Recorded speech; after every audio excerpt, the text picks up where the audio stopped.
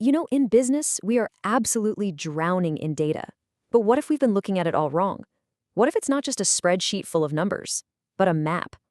Today, we're going to show you exactly how to read that map and turn all that raw data into a clear, actionable roadmap for your success. So let's start with a big and, let's be honest, a pretty scary question for any entrepreneur out there. Why is it that so many businesses, even the ones with truly brilliant ideas, end up failing? Is it a lack of money? Bad marketing? It's the kind of thing that definitely keeps founders up at night. Well, here's a really compelling answer from our source material. It's not because they run out of ideas, it's because they lack direction. Think about it. That's the difference between moving forward with a reliable compass in your hand and just kind of wandering around based on a gut feeling. And that's the exact problem we're going to solve today. Okay, so if a lack of direction is the big problem, how in the world do you find that compass? Well, this brings us right to the solution. Using a dashboard for your decisions. It's a tool that gives you the clarity you need to navigate the market. Let's look at a fantastic real-world example.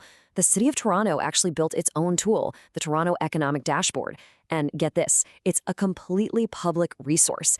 Anyone can get a real-time look into the city's economic health. You can think of it like a public utility, but for smart business planning. So this is what that compass actually looks like in practice. It's not just one number, it's a whole collection of the city's vital signs. Take something like employment trends. If you see that tech jobs are surging, well, maybe now's the time to launch that IT support service you were thinking about. Or look at population growth. See a boom in a specific suburb? Guess what? You just found your next customer base. Housing market activity. That's not just for realtors. It's a huge clue about how much disposable income people actually have. Each one of these is like a little breadcrumb, and when you put them all together, you get the economic pulse of the entire city. For any entrepreneur, this kind of info isn't just useful, it's an absolute goldmine. It lets you replace all those risky assumptions with cold, hard evidence.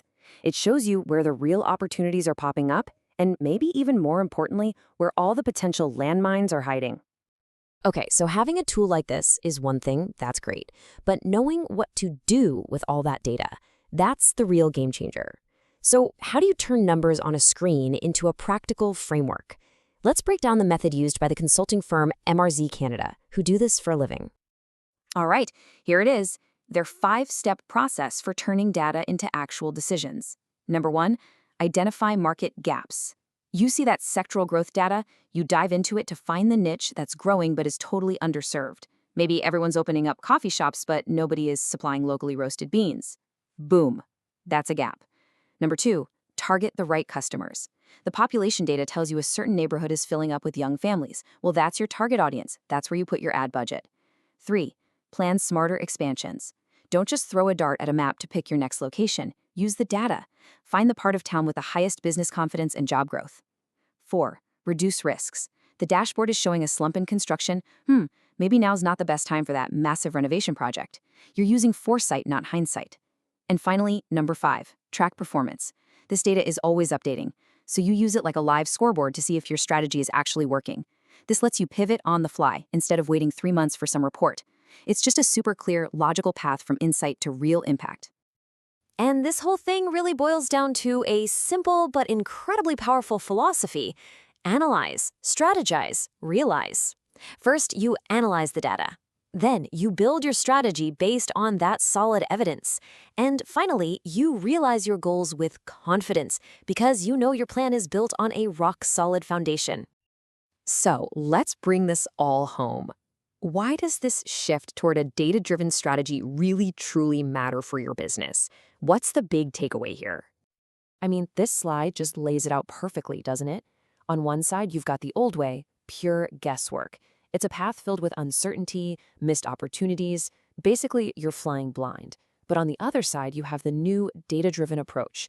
It's built on evidence, it lowers your risk, and most importantly, it gives you that compass we've been talking about this whole time.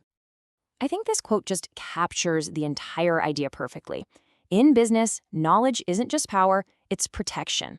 See, using data isn't just about trying to get ahead. It's about building a smarter, more resilient business that can actually handle challenges and thrive for the long haul.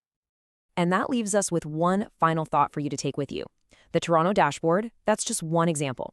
What about where you live? What hidden trends, what untapped markets, and what crucial insights is your city's data revealing right now, just sitting there, waiting to be discovered?